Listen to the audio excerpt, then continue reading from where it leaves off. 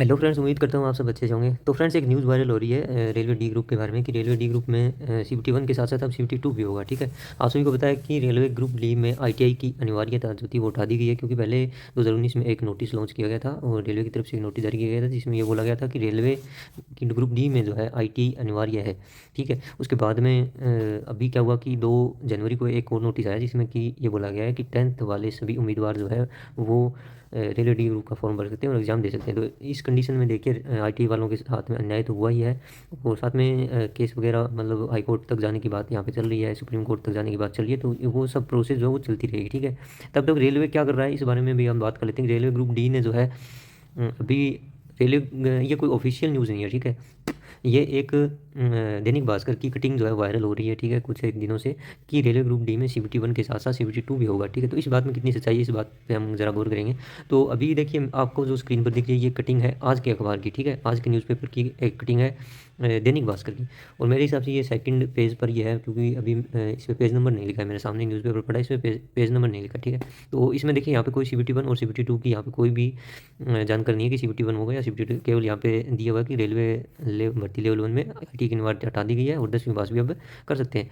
और यहाँ पे देख सकते हो कि आईटी उम्मीदवारों ने मतलब कहीं ना कहीं बात तो आईटी वालों की भी पहुँच रही है सरकार तक या फिर न्यूज़पेपर तक कि देखिए यहाँ पे आईटी डिप्लोमाधारियों ने खोला मुर्दा कि वो संघर्ष कर रहे हैं ताकि उनको भी कुछ राहत मिल सके। ठीक है, इसके अलावा जो भी न्यूज़ कटिंग वायरल हो रही है उस बारे में हम बात कर लेते हैं कि ये देखिए मैंने काफ़ी रिसर्च की, लेकिन वो न्यूज़ कटिंग जो थी ओरिजिनल मुझे नहीं मिला। वो अखबार पता नहीं पटना के कोई न्यूज़पेपर में वो कटिंग आई हुई है। ठीक है, वो पटना के कोई न्यूज़पेपर में, दैनिक भास्कर के न्यूज़पेपर में वो जो न्यूज़ है वो छपी हुई है। इसलिए मैंने क्या किया कि दैनिक भास्कर की ऑफिशियल वेबसाइट पर जाके देखा तो वहाँ पे मुझे कुछ मिला। ठीक है, तो अभी आप जो देख रहे हो वो ये वेबसाइट है दैनिक भास्कर की ऑफिशियल वेबसाइट है जिसको आप देख रहे हो यहाँ पे। हाँ, तो ये न्यूज़ है, ये एक एक दिन पहले यानी कि पटना का जो न्यूज़पेपर है वहाँ पे, क्योंकि मुझे कटिंग नहीं मिली क्योंकि पटना का अखबार यहाँ पे हमारे यहाँ पे नहीं आता राजस्थान में।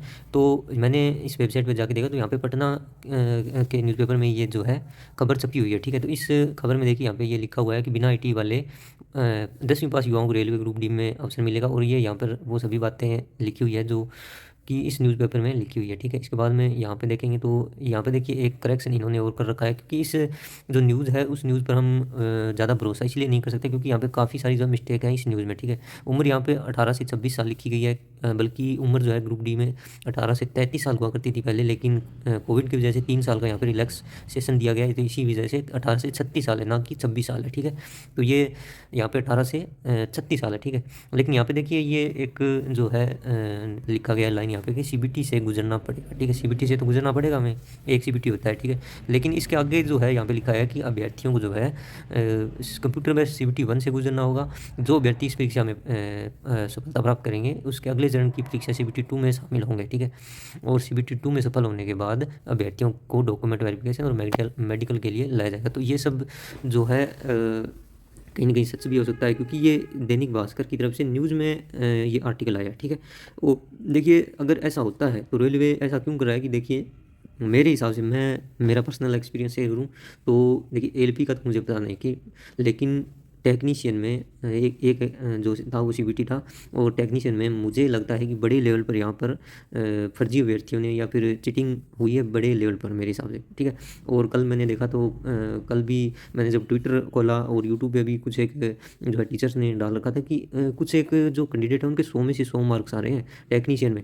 ऐसा कैसे हो सकता है कि कोई भी एग्जाम में 100 में से 100 मार्क्स कोई एक कैंडिडेट या फिर 4-5 कैंडिडेट ले आते हैं 100 में से 100 मार्क, ऐसा कैसे हो सकता है? वो भी सेम अगर शिफ्टें अलग अलग हो तो, अगर मान लो 100 में से 100 पाँच 4 बंदों ने 100 में से 100 लेके आ गए 4 बंदे। ठीक है, और अलग अलग शिफ्ट से सभी हैं, तो ऐसा तो हो नहीं सकता कि 4 शिफ्टों में कोई भी जो एग्ज़ाम है कोई भी शिफ्ट है उसमें ऑब्जेक्शन ना हो या फिर कोई भी क्वेश्चन गलत ना हो उसमें। तो इस हिसाब से देखने से ये लग रहा है कि कहीं ना कहीं यहाँ पर चीटिंग होने के आसार है, बहुत बड़ी चीटिंग होने के यहाँ पे आसार है। ठीक है, क्योंकि सीबीटी एक सीबीटी होता है तो वहाँ पर चीटिंग बहुत ज़्यादा होती है, क्योंकि जो चीटिंग वाली गैंग होती है उनको भी ज़्यादा फिर मेहनत नहीं करनी पड़ती। अगर सीबीटी 2 सीबीटी होते हैं तो वहाँ पर दुगनी वहाँ पे उनको मेहनत करनी पड़ती है। और अगर पहले सीबीटी के आधार पे ही, अगर पहली सीबीटी के बाद में कुछ पता चल जाता है तो वहाँ पे गैंग पकड़ में भी आ जाती है, ठीक है। तो इस हिसाब से जो है रेलवे देख रहा है। और साथ में देखिए 1 करोड़ के लगभग यहाँ पे फार्म निकाले जाएंगे, सॉरी 1 करोड़ के लगभग यहाँ पर फार्म डलेंगे अगर 10th पास पे होता है। और अगर 1 करोड़ फार्म लग जाते हैं, 1 करोड़ से ज़्यादा ही लगेंगे, मैं मिनिमम बता रहा हूँ 1 करोड़। और भर्ती देखिए यहाँ पे अगर बढ़ती भी है ना तो 50-60 हज़ार भर्ती बढ़ेगी मेरे हिसाब से, 50 हज़ार तक जाएगी भर्ती। और अगर भर्ती बढ़ती भी नहीं है, 32 हज़ार केवल भर्ती होगी, तो देखिए ऊपर ऊपर की क्रीम उनको निकालनी पड़ेगी। 1 करोड़ में से 32 हज़ार को निकालना बहुत ही मुश्किल है रेलवे के लिए, ठीक है। तो इस वजह से भी यहाँ पे जो है 2 सीबीटी रखे जा रहे हैं। लेकिन टेक्नीशियन में बहुत गलत हुआ, टेक्नीशियन में भी मेरे हिसाब से चीटिंग हुई है। क्योंकि देखिए न्यूज़ भी आ रही थी, खबरें भी आ रही थी चीटिंग को लेकर, कि चीटिंग हो रही है। और कुछ एक लोगों को, कैंडिडेट को, फर्जी कैंडिडेट को भी पकड़ा गया था टेक्नीशियन में भी। और मेरे यहाँ पे भी देखिए सेंटर है लगभग 70-80 किलोमीटर, उससे भी खबरें आ रही थी कि हाँ कि किसी को वहाँ पे भी चीटिंग हो रही है, ठीक है। तो इस हिसाब से मुझे लग रहा है कि टेक्नीशियन में भी अच्छी खासी चीटिंग होने के चांसेज हैं। और अगर डी ग्रुप में भी ऐसा होता है तो डी ग्रुप में देखिए 32 हज़ार तो वैकेंसी है। अगर टेक्नीशियन में ऐसा हो सकता है वहाँ पे तो लगभग 20 लाख के कैंडिडेट मुश्किल से पहुँचे होंगे, वो भी मैं कम ज़्यादा ही बता रहा हूँ, क्योंकि 23 लाख में से 70% के करीब लगभग कैंडिडेट ने जो है एग्ज़ाम दिया था। तो अगर उनमें भी इतने सारे फर्जीवाड़ा हो रहा है तो 1 करोड़ की जो कैंडिडेट होंगे उनमें से देख आप सोच सकते हो कि कितने ज़्यादा कैंडिडेट जो है फर्जीवाड़ा करने की कोशिश करेंगे।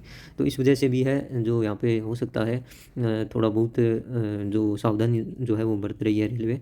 तो कम से कम यहाँ पे ठीक है। और बाकी देखिए ये आंदोलन यहाँ पे चल रहा है आईटी वालों की तरफ से, अगर आप आंदोलन में भाग लेना चाहते हैं तो मेरी आने वाली वीडियो आप ज़रूर देखिएगा, क्योंकि मैं आंदोलन को यहाँ पे फुली सपोर्ट कर रहा हूँ आईटीआई के। क्योंकि देखिए 3 या 4 साल से लगभग कैंडिडेट जो वेट कर रहे थे, और 2019 का नोटिस आने के बाद में कुछ लोगों ने केवल ये सोच के आईटी किया था कि एलपी में नहीं तो टेक्नीशियन में नहीं तो कम से कम डी ग्रुप में तो हो ही जाएगा, क्योंकि उसकी मेरिट भी कम जाती है और पेपर भी अच्छा खासा लेवल का आता है वहाँ पे, ठीक है। तो इस वजह से जो है कुछ एक कैंडिडेट ने नोटिस को देख कर केवल आईटीआई कर लिया था कि उसकी भर्ती भी लगभग 80 हज़ार 70 हज़ार, क्योंकि 1.5 लाख तो भी है, भर्ती भी अच्छी खासी आती है डी ग्रुप की। तो उस वजह से भी लोगों ने आईटी कर लिया था केवल डी ग्रुप के नोटिस को देखकर, ठीक है।